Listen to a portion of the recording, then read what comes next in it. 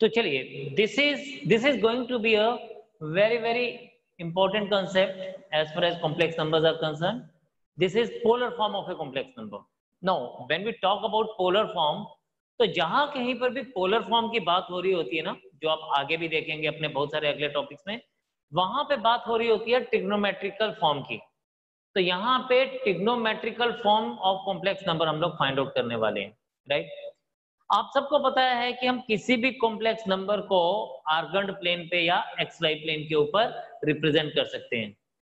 जैसे कि अब यहाँ पे अगर देखें तो यहाँ पे जो मैंने कॉम्प्लेक्स नंबर यहाँ पे डाला है वो complex number point P denote कर रहा है, और उस कॉम्प्लेक्स नंबर को मैं क्या लिख सकता हूँ, I can write this complex number as x plus iota y, where you know that x is along x axis and y is along y axis, यानी real part is along x axis and imaginary part is along y axis. तो आप यहाँ पे देखें बेटा कि अगर हम यहाँ पे बात करें इन ट्राइंगल O या MP,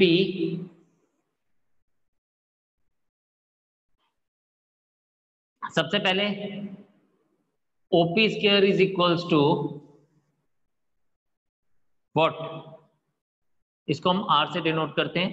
OP square is equals to OM square plus PM square bye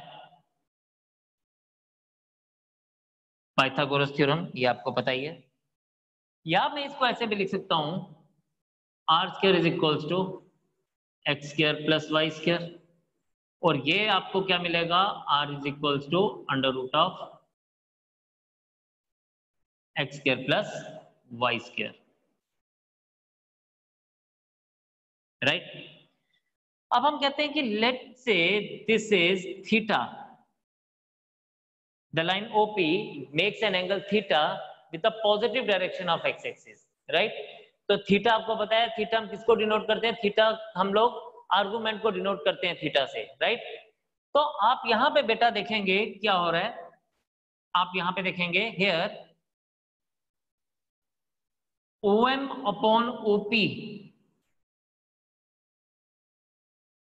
is equals to cos theta and PM upon OP is equals to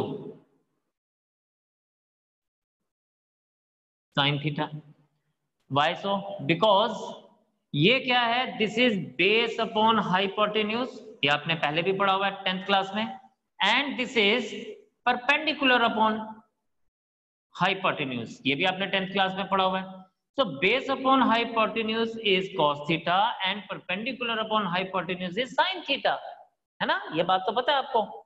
इसका मतलब मैं कह सकता हूं कि x upon r is equals to cos theta, right, and y upon r is equals to sin theta, perfect। इसका मतलब x is equals to r cos theta and y is equals to r sin theta. Am I right? We have got this thing. इसका मतलब क्या है कि if z is equals to x plus iota y, तो इसकी polar form क्या लिखी जाएगी, पोलर फॉर्म मतलब trigonometric form, polar form is equal is given as z is equals to x की जगह लिखा जाएगा r cos theta and y की जगह लिखा जाएगा r sin theta, और मैं इसको ऐसे लिख सकता हूं z is equals to r common ले लीजिए बेटा, this is cos theta plus iota sin theta, so this is the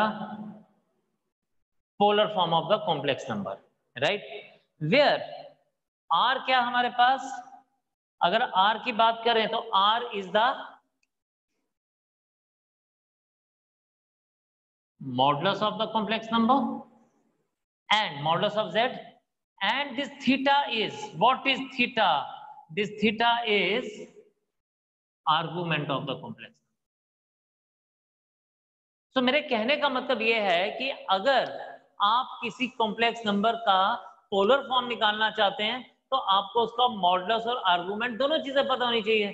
तो मॉडुलस और आर्गुमेंट निकालना तो आपको वैसे ही आता है ना, तो आप तो उसमें सक्षम हो गया पूरी तरह से, राइट।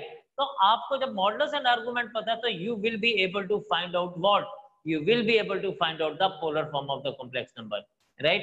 तो जल्दी से इसको पहले करेंगे नोट, फिर करते हैं कुछ क्वेश्चन इसके ऊपर, ठीक है, जल्दी करेंगे जी, शाबाश।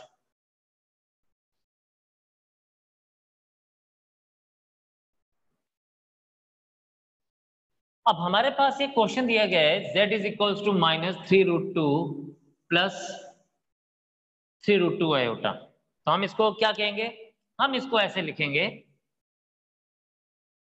z is equals to -3√2 plus 3√2 iota. So here r is equals to mod of z equals to -3√2 square 3√2 square, दिया जाएगा आपके पास r is equals to, what should I write here? I could write it here as 18 plus 18 equals to √36 and r is equals to 6। तो पहली चीज हमें मिल गई, ठीक है।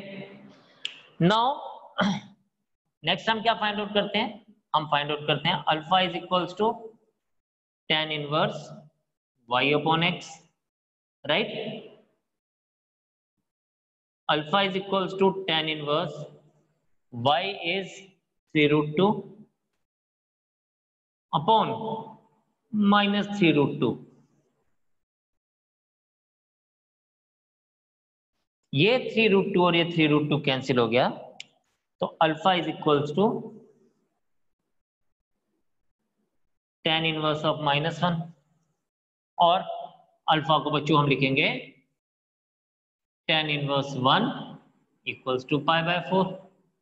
सो we got alpha is equals to π/4। ये हमें सेकंड चीज मिल गई। अब हम लोग यहां पे देखते हैं, since x is less than 0 and y is greater than 0, so z lies in second quadrant, z lies in second quadrant, ठीक है। तो z जो है हमारा सेकंड क्वाड्रेंट में आ गया, तो therefore theta is equals to pi minus alpha, जिसको मैं क्या लिख सकता हूं, theta is equals to pi minus π/4 and this implies that theta is equals to 3π/4। ये भी हमें मिल गया, ओके, दैट्स रियली ग्रेट। अब हमें क्या फाइंड आउट करना है, यस, अब हमें फाइंड आउट करना है therefore we will be writing polar form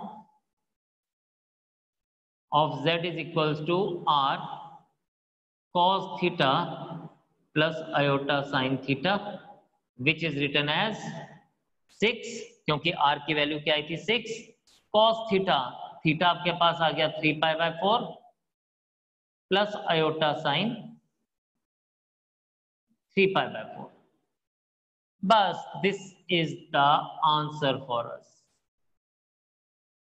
तो this is what we have done. मैंने आपको बोला ना, आपने ऑलरेडी 80% काम तो कर ही लिया था, बस इससे थोड़ा सा तो और आगे जाना था, यानी हमने इसको पोलर फॉर्म में लिखना था। लेकिन आपको पता होना चाहिए पोलर फॉर्म में जब हम लोग x की वैल्यू लेंगे तो एक cos थीटा की शेप में आएगी और y की वैल्यू हमेशा sin थीटा की शेप में आएगी। तो that is why we have got it as xz is equals to 6 cos 3π/4 and, और ये क्या था, if you see this was modulus, और ये क्या था, ये हम लोगों ने आर्गुमेंट यूज किया। तो है ना सिंपल, जो चीज आपने ऑलरेडी पढ़ी हुई थी बस उतनी सी चीज तो ही यूज हुई, उसके अलावा तो कुछ यूज ही नहीं हुआ। तो जल्दी से करेंगे इसको नोट, और एक क्वेश्चन आप मेरे लिए अभी करेंगे फटाफट से, और आप मुझे उसका आंसर देंगे। तो find the modulus and argument of, अभी हम लोग देखते हैं कि आप किसका मुझे आंसर देंगे। लेट अस सी।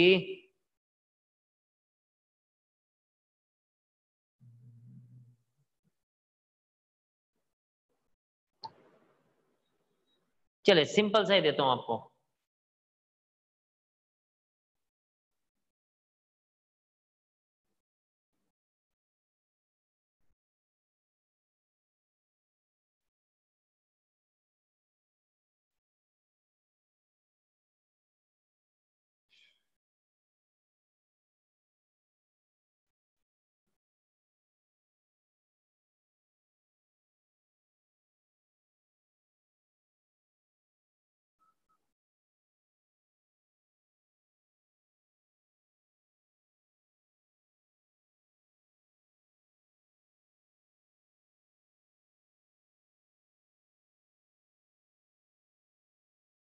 चलें जी, मुझे इसका आंसर दीजिए, शाबाश। Find the polar form of this complex number, जल्दी से जल्दी दीजिए, मैं वेट कर रहा हूं जी आपका।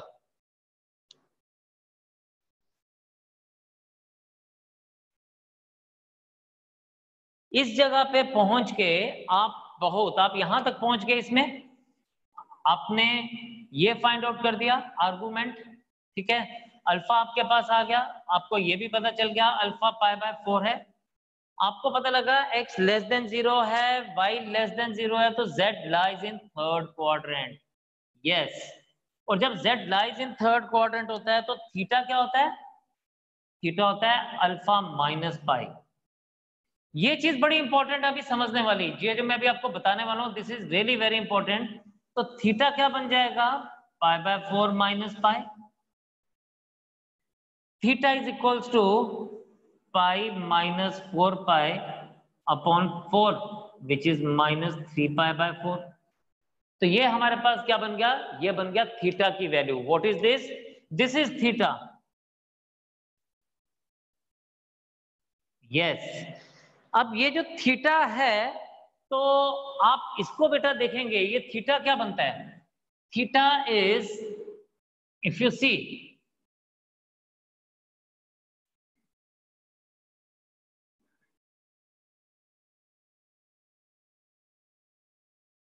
ये थीटा तो बन गया 3 pi by 4 minus 3 pi by 4, right. लेकिन आगे बढ़ने से पहले मैं आपको एक चीज बताना चाहूंगा। ऑलवेज रिमेंबर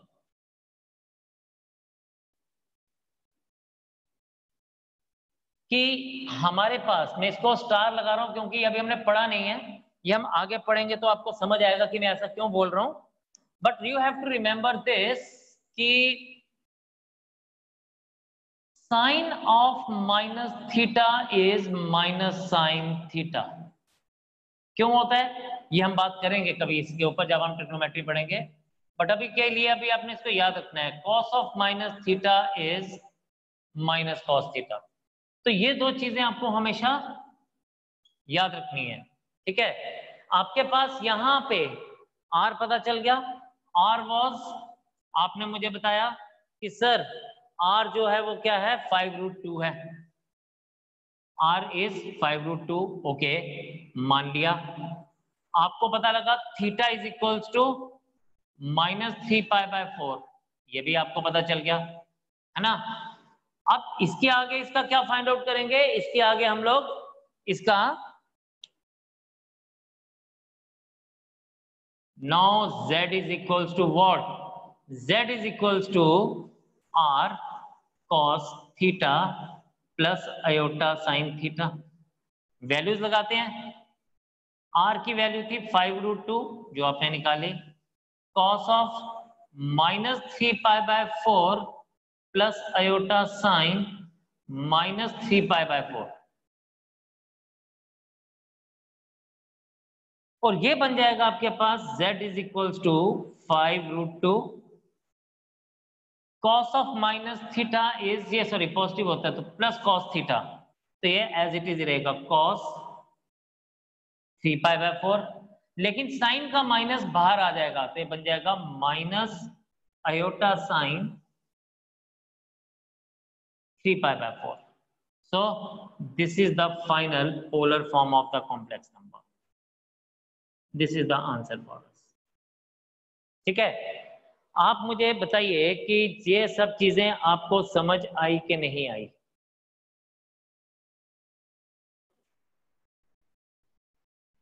तो इस तरह से आप सबका ये सब पार्ट क्लियर हो गया है ना। आप लोगों ने पोलर फॉर्म भी फाइंड आउट कर ली, मॉडुलस आर्गुमेंट आपको ऑलरेडी पता है। कल हम लोग कुछ और नया पढ़ेंगे इसी चैप्टर को लेके, एंड जो हम कल पढ़ेंगे वो आपके आगे बहुत काम आने वाला है, स्पेशली आपके एंट्रेंसेस में बहुत काम आने वाला है। ठीक है, तो just see this thing very carefully tomorrow, and I believe that you will enjoy whatever we will be going to study tomorrow. तो आज हम इसको इतना रखेंगे, लेकिन प्रॉमिस करें कि साथ साथ इसको रिवाइज करते रहेंगे, and whatever you will be studying, you will be going to be have the test for that. ठीक है, तो आज हम लोग यहाँ पर इतना ही काम करेंगे। नेक्स्ट टाइम हम आपसे दोबारा मुलाकात करेंगे और कुछ और चीजों को आगे लेके चलेंगे। तब तक के लिए जय हिंद।